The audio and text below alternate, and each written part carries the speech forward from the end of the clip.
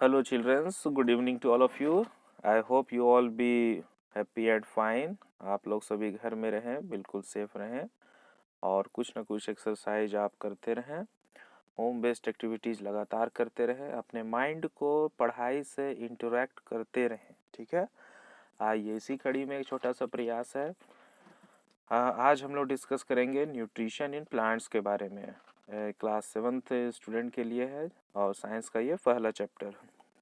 तो nutrition in plants, प्यारे बच्चों, पिछले क्लास में आप लोगों ने पढ़ा था कंपोनेंट्स ऑफ फूड के बारे में, जिसमें हम लोग ये डिस्कस कर चुके थे carbohydrate, proteins, fats, vitamin and minerals के बारे में।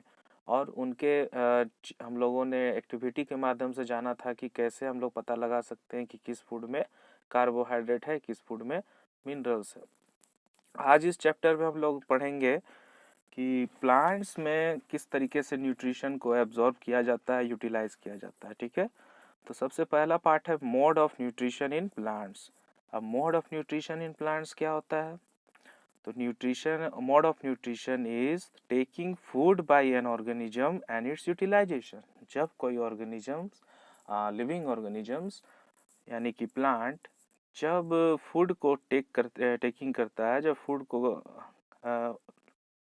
एब्जॉर्ब करता है, देन उसको यूटिलाइजेशन जो पूरे बॉडी में होता है, तो उस पार्ट को लोग क्या कहते हैं? Mode of nutrition. The mode of nutrition in which organisms make food themselves from simpler substances is called autotroph. अब यहाँ पे ऑटोट्रोपिक एक वर्ड है। अगर हम इसको टू पार्ट में क्लासिफाई कर दें तो ऑटो मीन्स होता है सेल्फ और ट्रॉप्स मीन्स होता है नरिशमेंट, इट इज न्यूट्रिशन। तो वैसा प्लांट, वैसा लिविंग ऑर्गेनिज्म जो अपना फूड खुद तैयार करे, उसको हम लोग बोलेंगे ऑटोट्रोपिक। और जो लिविंग ऑर्गेनिजम्स ऐसा करता है उसको ऑटोट्रोप्स कहते हैं। एग्जाम्पल में आप लोग खुद सोचिए क्या हो सकता है, कौन अपना भोजन खुद तैयार करता है? जी हाँ, बिल्कुल बिल्कुल right, plants and trees. Next one is heterotrophs. Heterotrophs किसे कहते हैं? हेट्रोट्रोप्स जस्ट ऑटोट्रोप्स का रिवर्स वर्ड है, ठीक है। जब ऑटोट्रोप्स में हम लोगों ने देखा कि ऐसा लिविंग ऑर्गेनिज्म जो अपना फूड खुद तैयार करता है, तो इसको हम लोग ऑटोट्रोप्स कहते हैं। लेकिन हेट्रोट्रोप्स में क्या होता है कि ऑर्गेनिजम्स अपना फूड खुद तैयार नहीं करता है, वो दूसरे के ऊपर डिपेंड रहता है।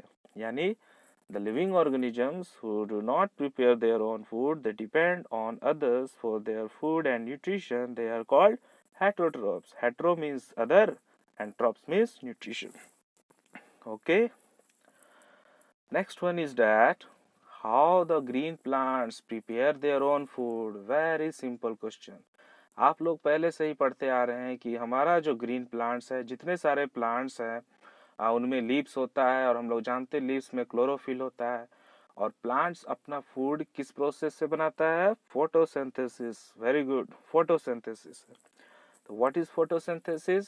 The process by which green plants prepare their own food in the presence of sunlight, water, chlorophyll, carbon dioxide, etc. Okay, तो फूड जो है वो फोटोसिंथेसिस के प्रोसेस से तैयार किया जाता है। आइए हम लोग जानते हैं सेल के बारे में। प्यारे बच्चों, इस दुनिया में जितने सारे चीज हैं, लिविंग ऑर्गेनिजम्स, वो सारे क्या है? सेल से बने हुए हैं। तो सेल क्या है? Cell is the smallest structural part of our life, ठीक है। चलिए यहाँ पे इस डायग्राम में आप देखिए, सेल देख सकते हैं। सबसे पहले इसका आता है सेल मेम्ब्रेन। तो सेल मेम्ब्रेन आप देख रहे हैं, ये सेल का बाउंड्री कहलाता है, ठीक है। नेक्स्ट वन इज हमारा न्यूक्लियस। न्यूक्लियस ही किसी भी सेल का मेन पार्ट होता है, ठीक है। न्यूक्लियस को हम लोग control house of the cell भी कहते हैं, यानी जितने भी कंट्रोल एंड कोऑर्डिनेशन होंगे वो न्यूक्लियस के माध्यम से होंगे, ठीक है।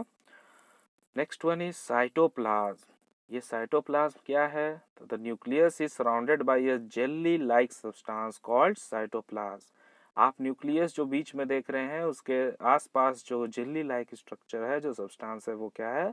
साइटोप्लाज्म, ठीक है। नेक्स्ट आता है स्टोमाटा। क्या होता है? What is stomata? The pores are surrounded by God cells. Such pores are called stomata. हम लोग देखते हैं कि लीव्स में एक छोटे छोटे जब पोर बने होते हैं सेल्स में, और उस पोर के माध्यम से वो क्या करता है, कार्बन डाइऑक्साइड को एब्जॉर्ब करता है ना, तो वो क्या होता है, स्टोमाटा कहलाता है, small pores. The leaves have a green pigment called chlorophyll. Leaves का एक ग्रीन पिगमेंट होता है, हम लोग पढ़ चुके हैं क्लोरोफिल के बारे में। क्लोरोफिल क्या करता है, it helps leaves to capture the energy of the sunlight. ये सनलाइट का एनर्जी को कैप्चर करता है और कार्बन डाइऑक्साइड और वाटर की मदद से ये फूड सिंथेसाइज का प्रोसेस में हेल्प करता है, ठीक है। और इस प्रकार फोटोसिंथेसिस का प्रोसेस जो है वो तैयार हो जाता है। फोटो मीन्स लाइट होता है और सिंथेसिस मतलब टू कंबाइन होता है, clear. Next, it means that sun is the ultimate source of energy for all living organisms. इसका मतलब हुआ कि सन ही मेन सोर्स ऑफ एनर्जी है। बिल्कुल बिल्कुल, अगर सन नहीं होगा तो फोटोसिंथेसिस प्रोसेस भी नहीं होंगे। चलिए नेक्स्ट हम लोग डिस्कस करेंगे।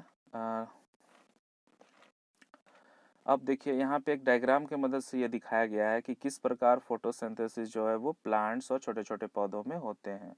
ये जो लीव्स है ये क्या है कि इसमें क्लोरोफिल है, तो ये सनलाइट को एब्जॉर्ब करते हैं, कार्बन डाइऑक्साइड को एब्जॉर्ब करते हैं और ऑक्सीजन गिव आउट करते हैं, ठीक है। आप लोगों ने रिस्पायरेशन में पढ़ा था कि प्लांट्स का रिस्पायरेशन कैसा होता है, ये कार्बन डाइऑक्साइड को टेक करता है और रिलीज करते हैं ऑक्सीजन को, है ना। चलिए ठीक, यहाँ पे देखिए ये पोर्स आप देखेंगे, ये जो लीव्स है इसमें देखिए क्लोरोफिल है, और अंदर जब आप जूम करके देखेंगे तो इसमें आपको स्टोमाटा के बीच में छोटे छोटे पोर्स दिख रहे हैं, नजर आ रहे हैं, उसी को क्या करते हैं, स्टोमाटा करते हैं, ठीक है। चलिए आगे बढ़ते हैं। अब है कि किस प्रकार से ग्रीन प्लांट्स अपना फूड तैयार करता है, तो फोटोसिंथेसिस से तैयार करते हैं, ठीक है। तो क्या फोटोसिंथेसिस सॉइल के हेल्प से होता है, क्या हमको सॉइल बिल्कुल ज़रूरी है फोटोसिंथेसिस के लिए? जी हाँ, सॉइल तो अल्टीमेट सोर्स ऑफ फूड है, ये तो बिल्कुल एकदम चाहिए ही चाहिए।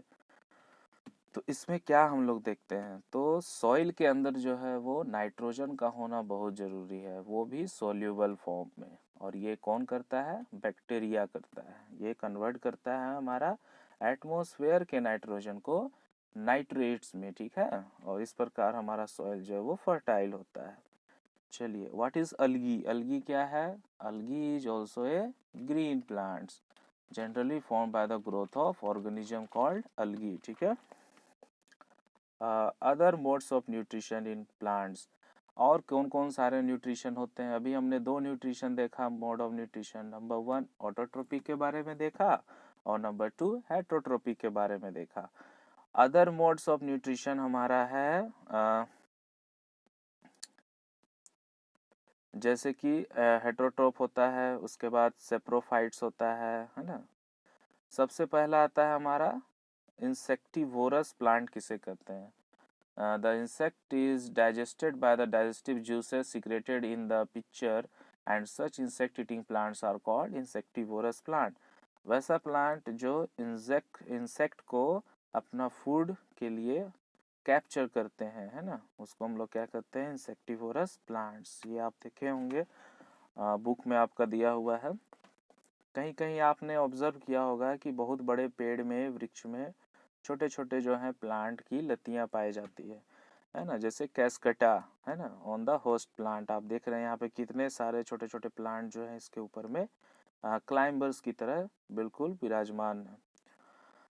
तो ऐसे में छोटे छोटे प्लांट्स जो हैं वो बड़े प्लांट्स उनको होस्ट करता है। और अब हम लोग चर्चा करेंगे पैरासाइट के बारे में। The host of valuable nutrients, it is called parasite. जो होस्ट करते हैं उसको क्या कहते हैं, पैरासाइट कहते हैं, ठीक है। ये देखिए, ये इंसेक्टिवोरस प्लांट, ये पिक्चर प्लांट, ये किस प्रकार से है, और ये कोई भी इंसेक्ट यदि इसके अंदर आएगा तो फिर ये बिल्कुल सील्ड हो जाएंगे, है ना। इस तरीके का प्लांट को इंसेक्टिवोरस प्लांट कहा जाता है, इसे पिक्चर प्लांट, ठीक है। नेक्स्ट है हमारा सेप्रोट्रॉप्स। आपने देखा होगा हम लोग मशरूम जो है वो बाजार से लेते हैं कभी कभी, तो ये मशरूम कहाँ पे ग्रो अप होता है, बेसिकली जितने सारे dead and decaying particles substances हैं वो सब क्या आते हैं वहाँ पे सेप्रोट्रॉप्स का जो है वहाँ पे जन्म होता है ना। तो saprotrophs are grown in dead and decaying sector areas where organisms are buried inside the earth and mushroom grow up near that area. Okay, and the modes of nutrition which is related with saprotrophs, they are called saprotrophic nutrition. Okay, now what do you mean by saprotrophic nutrition? The mode of nutrition in which organisms take in nutrients in solution from dead and decaying matter, they are called saprotrophic nutrition. Okay, fungi also grow on pickles, leather, clothes and other articles that are left in hot and humid weather for a long time. अब हमारे पास है अगला topic, how nutrients are replenished in the soil. Nutrients जो है वो soil में कैसे रिप्लेनिश्ड होते हैं, बहुत ही मज़ेदार टॉपिक। चलिए, have you seen farmers spreading manures on fertiliser. हम लोग जानते हैं कि कोई भी खेती करने से पहले जो है किसान क्या करता है, प्रिपरेशन ऑफ सॉइल करता है। The first step is preparation of soil. और हम लोग सॉइल प्रिपेयर कैसे करते हैं, मैन्योर्स और फर्टिलाइजर्स को डाल करके खेत में, है ना, सॉइल में और गार्डन में। हम लोगों ने क्यों ऐसा करते हैं, क्योंकि सॉइल को भी न्यूट्रिशन चाहिए। और सॉइल को न्यूट्रिशन कौन कौन सा न्यूट्रिशन चाहिए, नाइट्रोजन चाहिए, पोटासियम चाहिए, फॉस्फोरस चाहिए, and this nutrients need to be added from time to time. और ये हमेशा समय समय पर सॉइल को चाहिए ही चाहिए। When we grow plants and keep them healthy, if we can find out the nutrient requirement of plants, हम तभी सॉइल को फिट रख सकते हैं जब तक कि हम उसकी फर्टिलिटी को बरकरार रख सकते हैं। ठीक है, और इस फर्टिलिटी को मेंटेन करने के लिए नाइट्रोजन का होना बहुत ज़रूरी है। लेकिन हमारे एटमॉस्फेयर में 78% नाइट्रोजन पाया जाता है, बट सॉइल जो है वो डायरेक्ट नाइट्रोजन को कंज्यूम नहीं कर सकता है। इसीलिए जो बैक्टीरिया होते हैं, जो अर्थवर्म्स होते हैं, वो सब क्या करते हैं, एटमॉस्फेरिक नाइट्रोजन को कन्वर्ट कर देते हैं नाइट्रेट्स में, सोल्यूबल नाइट्रेट्स में, है ना। और कौन करते हैं, बैक्टीरियम जैसे राइजोबियम हो गया, है ना, takes atmospheric nitrogen and convert it into soluble form. But rhizobium can not make its on food. लेकिन राइजोबियम जो है वो प्लांट का मदद तो कर दिया, कैसे किया, सॉइल को प्रिपेयर करके। किस प्रकार, ये एटमॉस्फेरिक नाइट्रोजन को नाइट्रेट्स में कन्वर्ट कर दिया, है ना। लेकिन राइजोबियम बैक्टीरिया जो है वो खुद अपना फूड नहीं तैयार कर पाते हैं। इसीलिए ये क्या करते हैं, ये कहाँ रहते हैं, रूट्स ऑफ ग्राम यानी चने के पेड़ के पौधे के रूट में, पीज मटर के रूट में, मूंग दाल के रूट में, है ना, और बहुत सारे छोटे छोटे पौधों के रूट्स में ये समाये हुए रहते हैं। क्यों, अपना फूड के लिए। ठीक है, most of the pulses dals are obtained from leguminous plants. In return, the plants provide food and shelter to the bacteria. दोनों एक दूसरे से रिलेटेड है, ये उनको फूड देते हैं और बदले में वो उनसे नाइट्रोजन लेते हैं। ठीक है, इस प्रकार एक सिम्बायोटिक रिलेशनशिप जो है वो बना हुआ है। ठीक है, बैक्टीरिया का होना बहुत ही जरूरी है हमारे लिए।